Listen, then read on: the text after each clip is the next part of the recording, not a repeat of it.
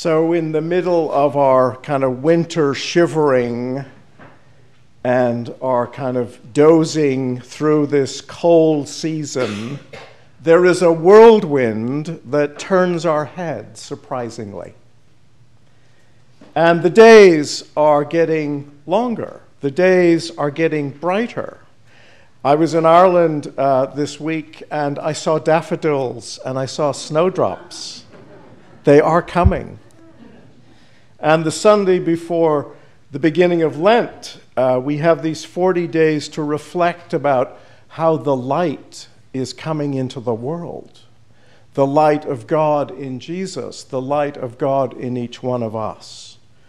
And we're given this opportunity to think about our lives as these kind of lighthouses of reflectors of light in darkness and in coldness. And I'm not one to beat myself up during Lent or my congregation, but I see Lent as a kind of mini version of the totality of our lives. If you think about it, the ancient church talks about that we die and we are buried with Christ and we rise again with Christ. So if you see the 40 days of Lent is about your own life, and that you will die on March 30th with Christ on Good Friday, and that you will rise again with Christ on Easter Sunday and be renewed. And that's not frightening. And it's interesting, that whole thing about, O Lamb of God who takes away the sin of the world, Jesus bearing the cross on Good Friday. What is it we need to give up to Jesus to carry for us to that death and resurrection? You say, oh, Jesus, you've got enough to do. I'll just carry my own stuff around. I don't need to give that to you. But the invitation is to give it over. And to see in that surrender and that journey that something transformational happens. And, we often think about transfiguration and transformation as something that happens after, in another life. But the story is about it happening in this life. It's about the transformation of clothes and flesh and mountains and physical things. That's what the transformation, the transfiguration is all about. And I hope that as we unpack our readings today, that we can see that in our own journeys. And we may be lucky that we have people in our lives. We have mentors. We have people in our lives we can talk to. There are people in our lives we can journey with. At the back of the church here, every week we have meetings of AA. I heard there were like 40 people over the Christmas period. We're meeting in our hall where the telling of stories, the polishing of the reflectors, so that people stay positive and focused and on the path. And in a couple of weeks, we will have 11 children from St. Peter's, 10 families who will begin the journey of transfiguration from childhood to young adulthood as they prepare for confirmation. And that's a moment, that's a journey. And those relationships will deepen and those conversations and those experiences will go on. So if we're lucky, we have people who help us to polish the mirrors and the windows, that the light may shine and that we make sense of where we're going. And the readings today, particularly the Old Testament reading and the Gospel, is about the way in which this is passed from one generation to another. That wonderful story of Elijah and Elisha, that the prophets are saying to this young mentee of Elijah, your old guy's going to croak any day now. Shh. And he's still going like the ever-ready bunny. He's still going on. I'm going from here to here to here to here. And it's almost like a kind of testing that's going on between the mentor and the mentee. Is he going to be able to keep up with me? There's that wonderful kind of, shh, don't tell him. Any day now, he's going to go. He's going to die. Shh, don't tell him. And they cross the Jordan, and then there's this wonderful moment where his garment it hits the river, and they cross over, and then he asks for this double blessing of his Spirit. And the work, then Elijah's carried off into heaven, and the message there is that his work isn't finished yet, but who's going to continue the work after he's gone? And the mantle falls upon Elisha. And then in the Jewish tradition of mourning, when he sees the whirlwind, he rents his clothes in mourning. So he is both empowered, but he is also traumatized by the wound and the loss. And yet the work is on. And in the gospel, you have Jesus doing the same thing, that the gospel of love and the light of God and reconciliation is going to be James and Peter and John are on that holy mountain, and they're going to continue the work of Jesus because Jesus has his eyes looking to Jerusalem and the cross. So that's the connection, and it's about how we pass on to others to continue the work that is unfinished and how they are empowered to do it.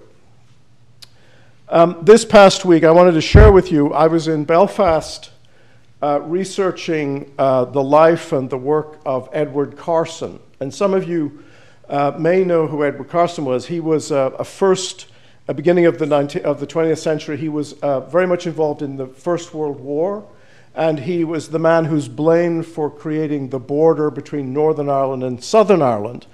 And all his papers are in Belfast. So I found myself in kind of researching, and it's interesting with Brexit, one of the major hurdles at the moment in negotiating with Europe is there going to be a hard border or a soft border between Northern Ireland and the Republic?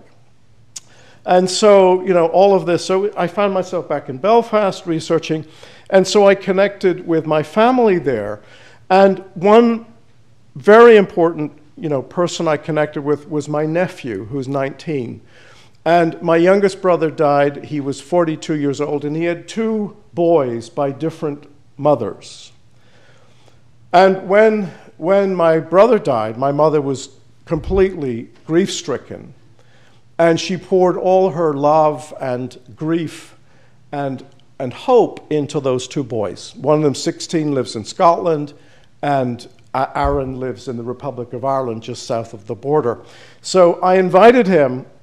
On Thursday, I was winding up my studies, and I rented through Airbnb this beautiful little boathouse on Strangford Lough, which is just south of Belfast, right on the Ards Peninsula. And it's a waterway of about 10 minutes crossing between where we were staying, Portaferry. So the front door of our little boathouse had this beautiful stretch of water. And what was interesting about the stretch of water, two things. One is it's the fastest current in the world, 8 knots, 100 miles an hour, I think. Is that correct? So there it was, this whirlpool, and the tide was coming up into the estuary and going out at the same time. So you had this amazing whirlwind of water going on, and the tides. And I think the Norwegians had put a generator in, those smart Norwegians, and found that they could power 1,400 homes by the energy from this place. And so Aaron came up, I met him in Belfast, we drove down to Portaferry, and I know this area really well. When I was his age, I would take my motorbike and I would drive all around there. And it was just an exquisite part of the world. Those of you who've watched Game of Thrones, it was all filmed there. And it's the beautiful castles and these places. But what was interesting about this place, and again, I was going back to a place that I was very familiar, but there were things about it I didn't realize. In the year 432, Patrick arrived on that very spot. So the Apostle of Ireland comes up that estuary, and because of the tidal wave, he lands on the other side. And he gets out of his little boat, and one of the first people he meets is a young man called Tassa, Tassagh. And Tassa becomes one of his first converts, and he baptizes him, and Tassa becomes a priest and a bishop, and they build a little church called Saul, S-A-U-L, just a few miles from where he landed. And Tassa goes on, and the Elijah-Elisha relationship is the relationship between Patrick and Tassa. And I remember when I was the same age as my nephew, I would go into this area, and it's full of holy wells, places where you can go and get healing that are pre-Christian. And even today, you'll see pieces of garments that are hanging from the trees, that there's an eye well and a foot well and a well to drink from, that this is steeped in holy places and places of healing and sacredness. Magical. And so with Aaron, I would take him, and he's Roman Catholic. And here we are where Patrick began his ministry. And it's interesting, in the border region, County Monaghan, they have a kind of, not a very nice view of Ulster Protestants. It's a very kind of dangerous region, very involved in the violence and the IRA. And so Aaron, that would be a part of his world. But then coming into the north and learning about his father, learning about his family, with all its pluses and minuses, identifying maybe things within himself that he's trying to come to terms with, understanding that Protestants share this wonderful Celtic Christian experience, that we love that too, and connect with that. So I found myself that when my mother passed 4 years ago, her mantle kind of fell on me to kind of connect with these two teenage boys. And so that has been a joy to be able to do that. And we had a wonderful time. And we actually went to see our first ice hockey game in Belfast, the Belfast Giants. Anybody heard of the Belfast Giants? And it's very interesting because sport in Ireland is also divided on sectarian lines, that if you support, Linfield or Glentoran, you're Protestant or Catholic. And it's interesting that ice hockey is seen as a neutral sport and something that can be kind of created. So there's this wonderful kind of sense in which reconciliation and transformation. But back to one of the sites that I love, quite near where Patrick landed. I remember as a kid discovering this ruin, and it was in a cow pasture up on a hill, and it was a ruined church, and the roof was off. There were maybe 3 walls. There was an altar, and it was the Church of St. Tassa. And there was a little leper window. The leper windows were when people who weren't allowed to worship in church, they could see the priest celebrate the Mass, and they could look through the window and see the host rise up. The little leper window was there. So this was probably a medieval ruin, and it was a mess. There was brambles and briars and cow pats all over and so on. And I started cleaning it up. I would kind of cut the brambles and tidy it up, kind of something that I felt, and I felt connected to this place. And one spring, there was this rose tree, a wild rose, a white rose that grew up over the altar. And I called it the Weeping Rose of Tassa. And it was about renewal. It was about resurrection. Now, what's interesting, 40 years later, it's all cleaned up. The tourist board found it. They've rolled out, the perfect lawn, and it's all kind of clean. And I kind of miss the old St. Tassa that I remember. But the point is that it is in these holy places that are broken and imperfect and full of cowpats that we find holiness. Whether it's in our own lives, in the lives of our families, the lives of our institutions, that there is this kind of moment of resurrection, of transformation, of transfiguration, where the light somehow breaks through. So this is the Sunday as we kind of prepare for Lent. And so I wish you a reflective Lent. And it's not about a kind of sentimental, nostalgic escapism.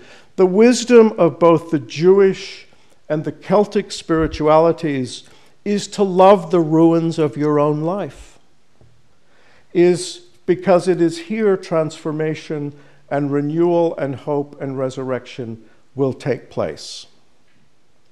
So, in conclusion, Lent is a time to rediscover our own holy places and holy relationships, the ruins of forgotten loves and overgrown manure-filled spaces that may need a little spring cleaning, to allow the white rose to shoot forth, the glistening chariot to whiz by, our downward-looking heads to shock and surprise us. What was that?